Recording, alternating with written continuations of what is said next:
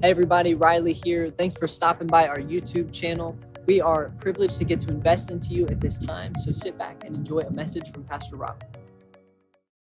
This will make sense as we get into it, and I want to say that I feel confident this is one of those answers that we can provide. So let's get into it. So I'm going to call this simply "There Is Still Room." There is still room. This will make sense, the title where I pull it from. And I want to answer the question, what should I do about that empty chair? So obviously the chair over here, I want to bring it up here in a moment, but what should I do about that empty chair? I hope to have all of us ask that question to ourselves personally.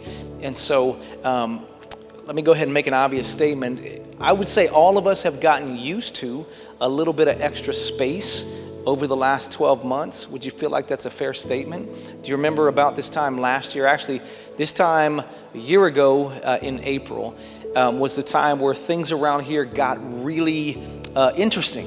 And before people really knew what was going on with all things COVID, there were requests to reduce the amount of gathering time.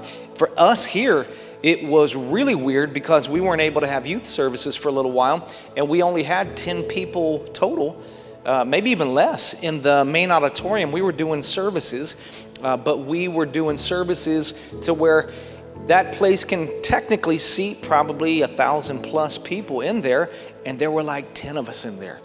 And so for me to sit on one side, I could see some of the other people from a distance. You know, we're trying to do everything we can to do church services for people who didn't feel comfortable coming out. And so it was interesting. And so we got used to a lot of space.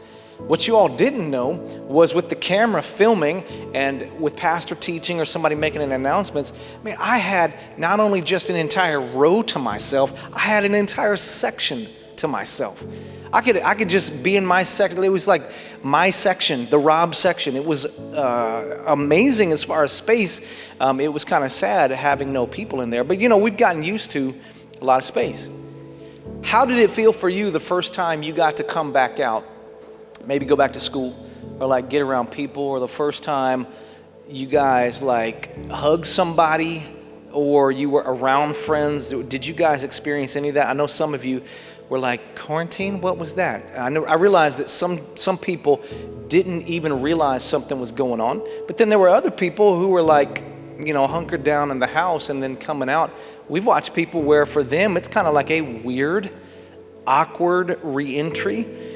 But I think if you'll travel back with me before COVID, here's what I think we all remember is that extra space, empty seats, was actually kind of awesome in a lot of spots, right? Have you ever been to a movie theater to where you just absolutely wished that this was not the case? Do you even remember going to a movie theater? Like, do you remember what it was like? I love when I would go see a movie and, you know, you got like 2 people in there. I love those times where you can pick your row. That's great. It was weird to me if I'm in a row in the middle in my favorite spot and then somebody comes down. If you're within a 10-foot radius of me and we're the only 2 people in here, why? Like, you got go somewhere else. I love people. I love people. But it's different when it's in a movie theater, right? Do you guys feel that way? Right, when you got a movie theater, when you're the movie's already started, and you know you want that middle spot. I'm a middle spot guy, middle of the movie theater. That's me. I don't know if that's true. It might be purely psychological, but if I'm in that middle spot, I feel like the movie screen is perfectly set. The speakers are aimed at me. I don't know if that's true, but they should probably charge more for that middle spot. I'm glad they don't. But have you ever had to walk in front of people aren't they gracious? Aren't they so nice? Oh, come here, sir. Let me get up and get out of your way. No, not normally. No, that's not normally. How about this? Have you ever been to a full beach? Right, look at this. Does that look like a relaxing vacation? Good night. I mean, where do these humans come from? I love when I go to a beach and it's just like a few of us hanging out. I love people. But when I'm going to a place to relax like that, I don't mind if there's no humans. I love people. Again, don't hear me wrong. I love people. But when I'm on a beach, I've had a few chances. We were with a small missions team that went to a little island called Trinidad, and we hung out and we did an entire week of missions. And at the very end, we got to travel to part of the coast, and we got to go down in this little area, and we had essentially the beach to ourselves. It was down at the base there, and there was this little shack, and they were serving shark burgers. I didn't even know that was a thing. I didn't even know that you could eat one. I didn't even know. And so, of course, we tried it. And the first year, it was the most amazing thing. I ate 2 of them. It was so good. Second year, the most horrible thing. I'm glad I didn't die. I don't recommend shark burgers unless you can figure out what they did that first year. But we went there. We had the beach to ourselves. We just played in the ocean. This, however, if I'm looking to relax, that right there, well, what do you even do with that? Well, where are you going to go? I can guarantee you right there, we're not doing close-ups, but there are old men in Speedos right there, and that should be against the law. That's just wrong. You cannot ever earn the right. I don't care how old you are or what you've done. If you are 70 years old, Speedos are against the law, in my opinion. Is that fair? Can we all agree to that? How about this one? Have you ever been to a restaurant to where they have tables, long tables, but they're for everybody? Have you ever been to one of those? To where it's like they will seat you beside somebody else at the same table, but it's still supposed to be like it's your table. Have you been to those? I've been to those. Why? I don't get that. There's one we went to on 12th Avenue South. I like that little area, some good restaurants over there. Particular place we went, we were excited about it, and we sat down, and there's just this long table right in the middle. Like, okay, I'd never seen that at that time. We sat down, and then so did somebody else right here. I think there should be a rule. If you are closer to the person that is a stranger than you are to the person you went with, that should not be allowed. I could hear them more, what they were talking about, than I could my own wife. That's wrong. That to me is weird. That's where I think space is a good thing, right? I would love to have a little bit more space. How about this one? Has anybody ever had the experience of flying? Have you ever been on a plane to where certain planes, especially this time where they require space, you can sit in the very back and you get an entire 3-section seat to yourself. You can't really take a nap like sideways, but you can at least angle yourself a little bit better versus this. How do you sit by this guy? Like, give him his own 3 chairs, right? He's earned it. This guy's obviously done something to where give him his 3 chairs. Don't charge him for all 3. He's earned the right to sit in all 3 chairs. But what are you going to do on either side of him, right? You're going to inch over and do the best you can. Here is my point. Can we all be honest? There are times where we want space because it's more convenient. Is that fair? Right? Is it fair to say that when you're hanging out at somebody's house, you might sit right beside your best friend and you're talking? But if there's somebody you don't know and they sit beside you and they're like too close inside your space bubble, is that weird? That is so weird. Right? There's only certain people that we allow inside the space bubble. And then other people enter that zone and it's like, can you not pick up on the vibes I'm sending out? Disappear, man. Go away. It's very hard. I am a guy, if I have a couch, like 3 seats of a couch, I'll be honest. I just assume that all 3 of those seats are for me. Right? I have the option. And with the couch, I can sit here, I can lay down. My kids don't feel that way. If daddy's laying down, I'm their cushion. They sit on my chest, they sit on my ribs, they sit on my legs. It's painful. I love my kids. They don't always tell me when they're going to jump on daddy, especially when I fell asleep. That's a pretty painful experience. I'm a guy, I just like space. I thank God for my family. We have family time to where we'll sit on the couch and we just sit there and we sit close and we cuddle and we talk because we're going to be a family that stays tight. That's what we do. We'll sit there and we make time to just be together. But you can't do that 24 hours a day and stay sane, right? I love the time. I love when we do it. But then eventually we got to create space. Here's all I'm trying to say. You need to have your space. That's probably why we all like to go to our own room. We probably like to get in the car so we can have time. Here is the one thing we cannot get so comfortable having space, and that's in church. Because if we take the same mindset, We take the same comfort, same convenience, and then we apply it to our place where we go to church or youth ministry, then I want to make sure that we don't miss the reason why. Here's what I would also say about the empty seat, is because an empty seat may actually represent a student's life that feels lost. See, if you look at this and think my convenience, create a little more space for my comfort, then I feel good when there's more empty chairs. But if I can look at this and translate this to be, wait, there's somebody out there that's struggling. I want to make sure that that's filled. That right there, I want to invite us in a church context to think like God thinks, just for a second. Because going back to the restaurant example, if I'm a customer, man, I want space.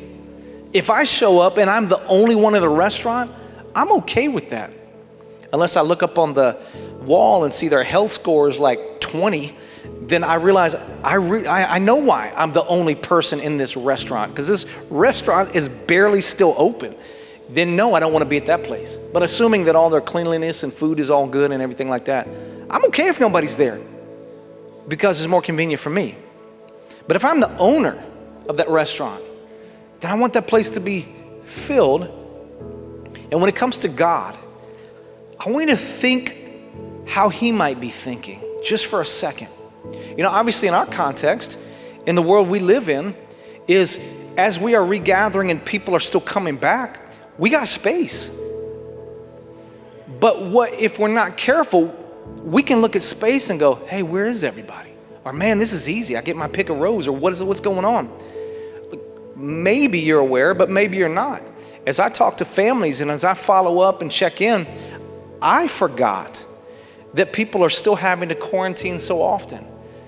I forgot that sometimes families aren't still comfortable coming out. You know, after a whole year, we still have students that are coming back for the very first time. In the room next door, I just saw somebody that I've not seen in a long time. This is their first time back. And so we've got to be cautious not to look around and go, hey, where is everybody? I want to invite you to think like a follower of Christ thinks. And it's this: that empty seat could actually represent somebody's changed life if I can fill it. Here's why it's important to me. It's because when I was at my worst point, somehow somebody saw me. I don't know why they even stopped to talk to me, because I did not at all give somebody the impression that I was approachable. I did not look at all like somebody that belonged in a youth ministry. You wouldn't have seen me and thought, yeah, let's get that guy there. You fit the church mold. I was the exact opposite. But they invited me. Let me tell you what that youth ministry did where I grew up in Ohio. They made me feel like I mattered. When I showed up, I didn't hear anything about God in the first 5 minutes. Now, eventually, they introduced me to so much of God. But the thing they did for me when I got there that made the biggest impact is they made me feel like I mattered. And so what ended up happening is that empty seat, thankfully that person saw me, and not as somebody who didn't belong. They saw me as somebody who was lost, and they made sure I sat in that seat. And then for whatever reason, I kept coming back. Actually, I know the reason. It's because they made me feel like I mattered. I was slow changing. I was learning. I didn't understand nearly as much as anybody else. But they made me feel like I mattered, so I kept sitting in that seat.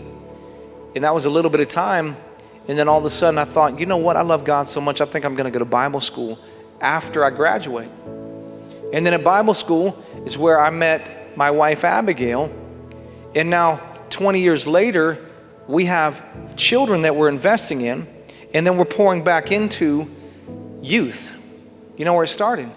Is somebody looked at an empty seat, and they saw some lost kid who everybody else rejected.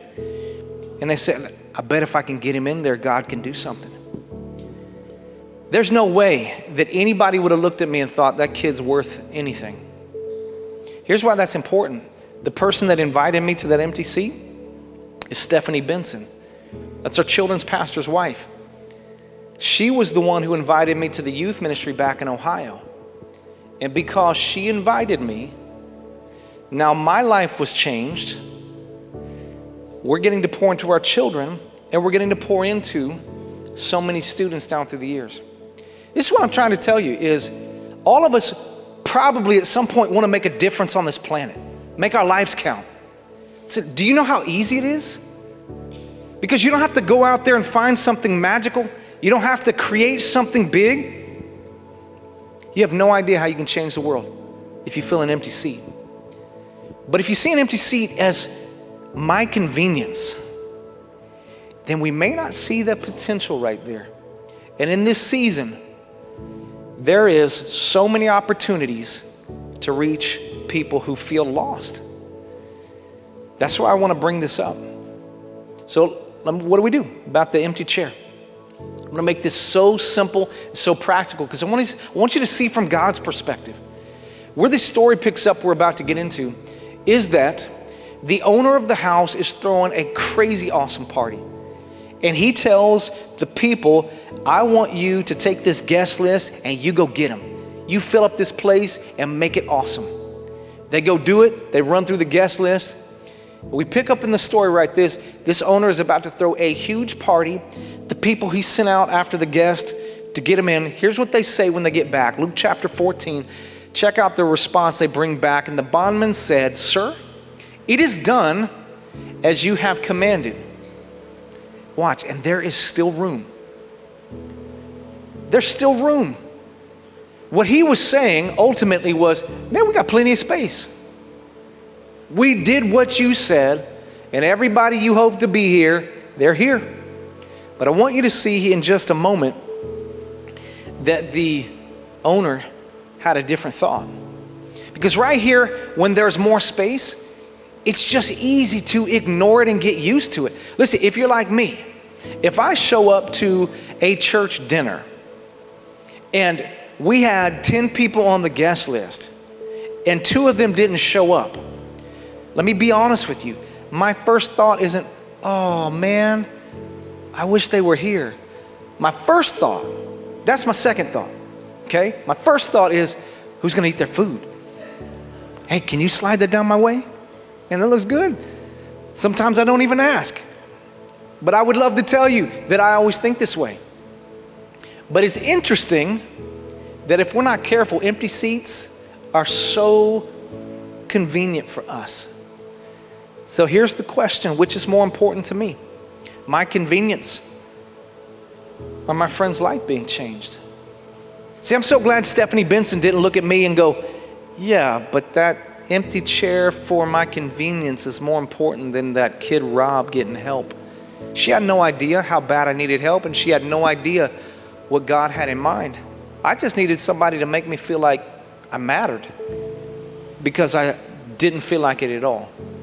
And it's interesting how God answered that question. He answered it by students making me feel like I mattered. They didn't preach at me. They made me feel like they wanted me there when I showed up. But somebody had to invite me. So I just simply bring this up right here. This empty chair, who it represents. Right before service, I just talked to somebody out there. And this guy, he's in his 30s now. But when he was 16, him and his brother were coming to this youth ministry. Keep this in mind, that's over 16 years ago, approximately. His brother and his brother's wife are on their 9-year anniversary trip right now. And his brother is the first student I ever baptized.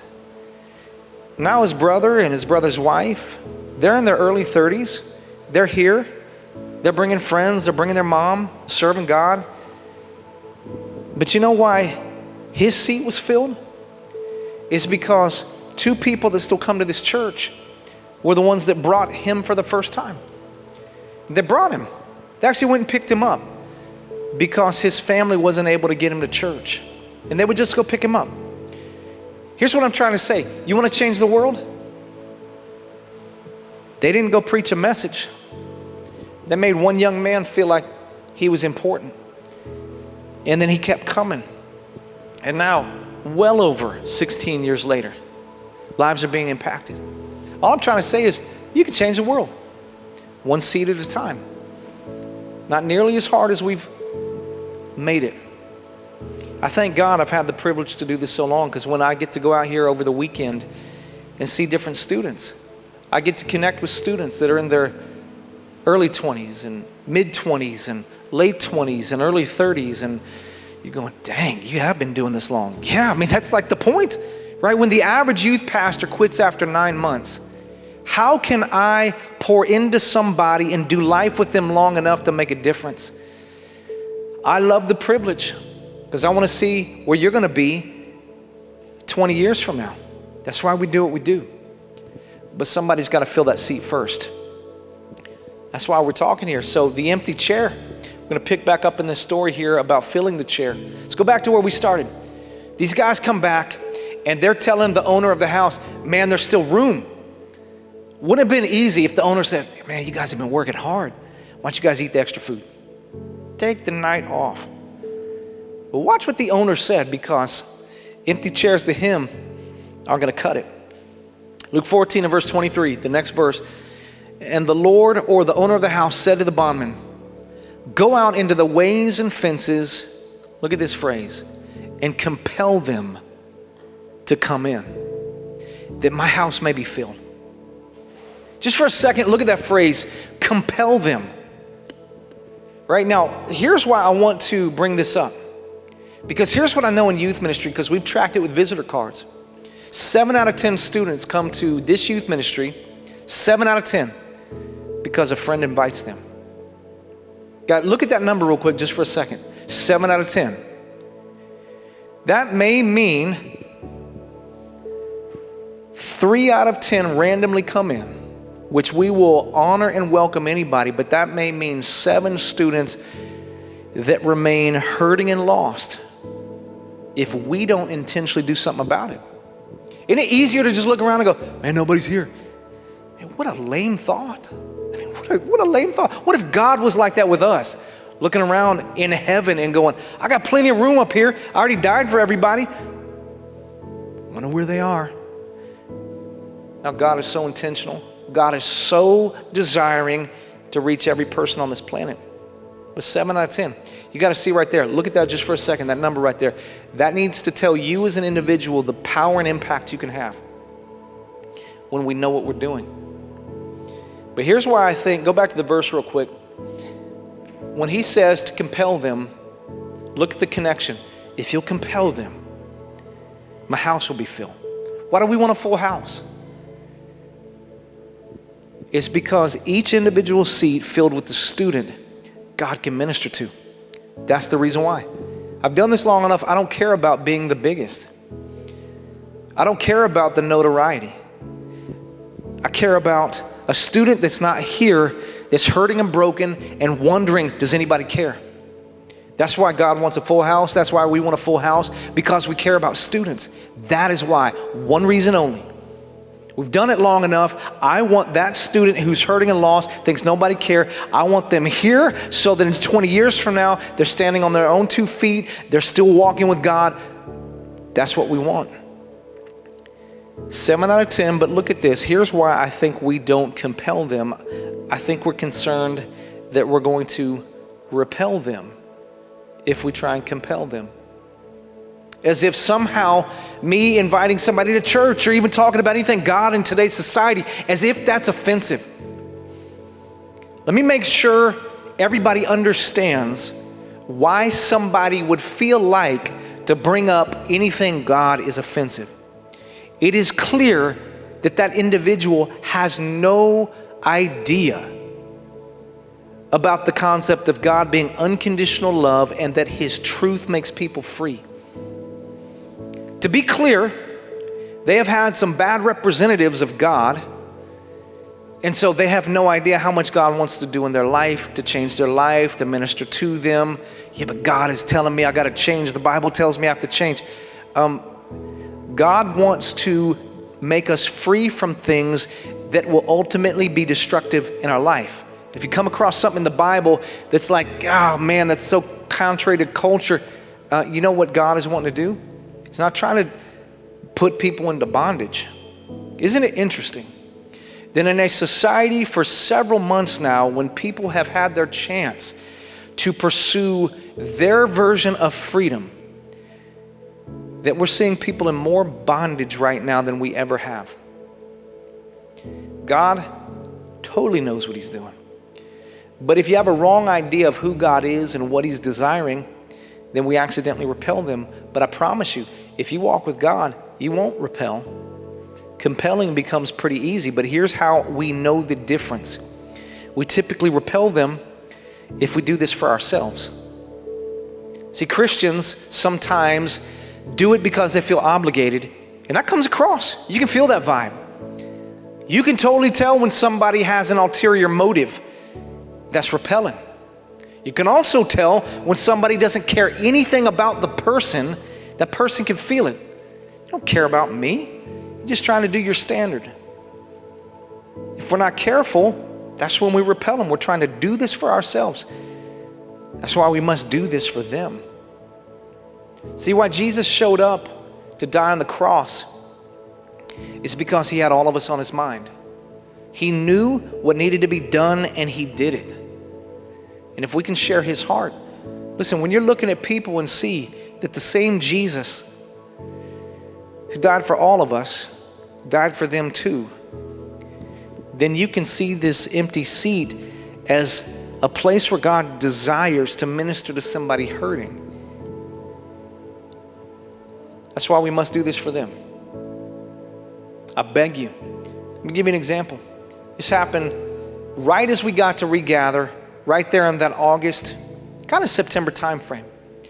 We had a student come in this room, and that student came in, and the backstory is they were struggling so bad. I don't even want to go into their details, but here's how they got there. Check this out. They were struggling so bad, their doctor told them, you need to get to Real Joy, because they know what to do with students. The mom heard that and showed up to church with her kid.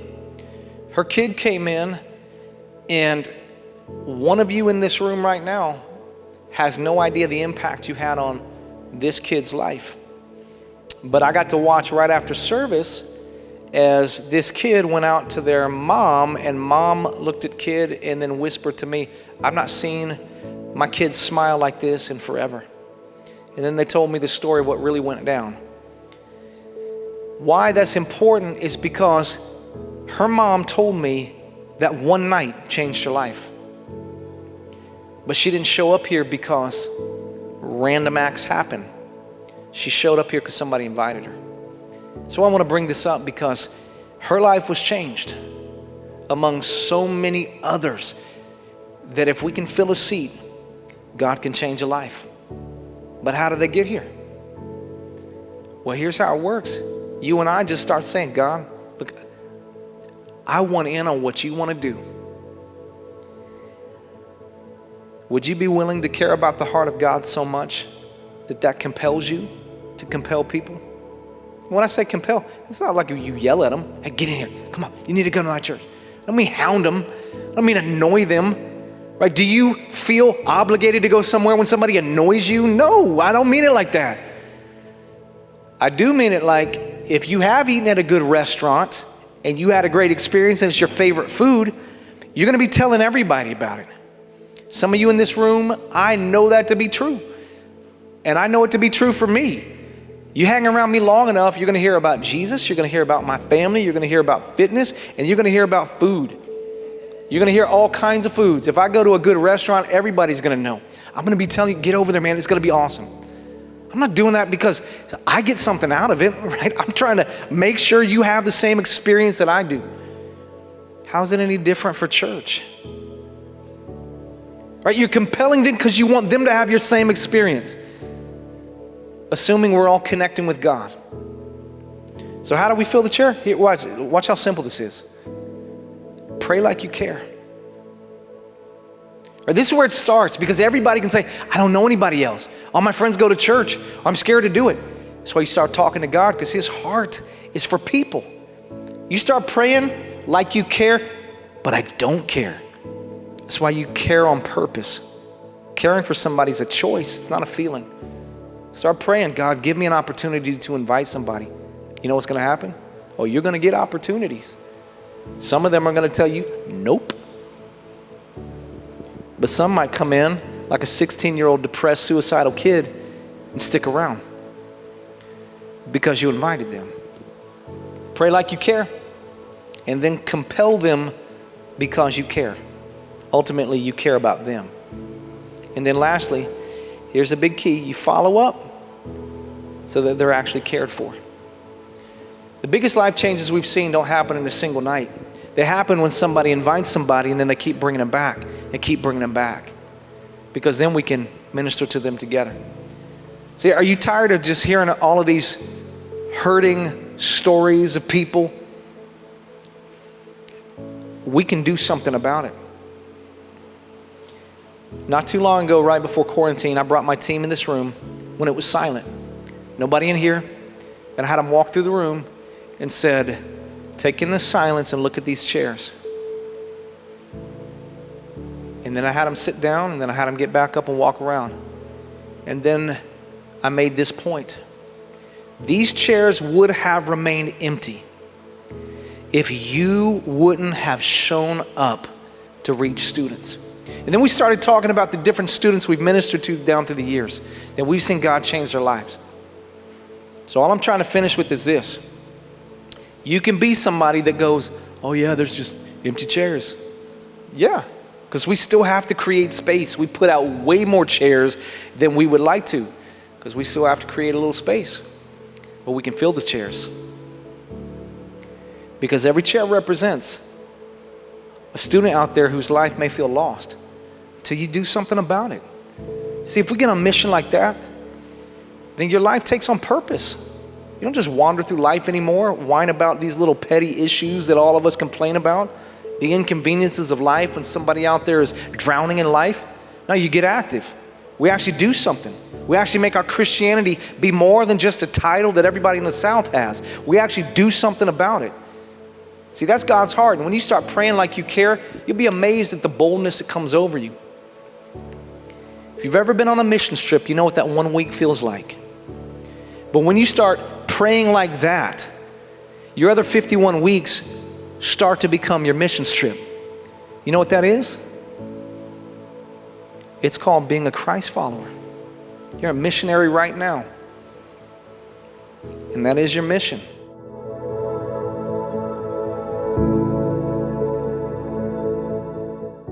I'll be inside in a minute. I'm going to say hey to Joe. Hey, Joe. Hey, Mike. Flower beds are looking good, neighbor. Yep. You guys just get back from church? Yeah, just been at the church house. I wonder why he never invites me to church. I mean, I'd go if he asked me to go. But this is the way it is. I'm out in my front yard when he comes home from church. It's always so awkward. It's so awkward. And I'm so hungry. Ugh. I think my wife made goulash. I love goulash. Oh, maybe Joe would like some goulash for lunch. Hey, Joe. Here comes the invitation to church. Yeah? You want to come over Sure, for I'd love to go to goulash? church with you. What'd you just say? What'd you just say? No, what? No, what'd you say? What'd No, you what say? did you say? You said something about God. God. Goo. Goo. Goo. Goo. Goulash. Goulash? Goulash. It's a... You're having goulash at your church? No, at my house. You're inviting me over for goulash. Yeah. At your goulash. Yeah, who doesn't like goulash? I like some goulash. Yeah, sign me up. Goulash. I'll check and make sure we have enough.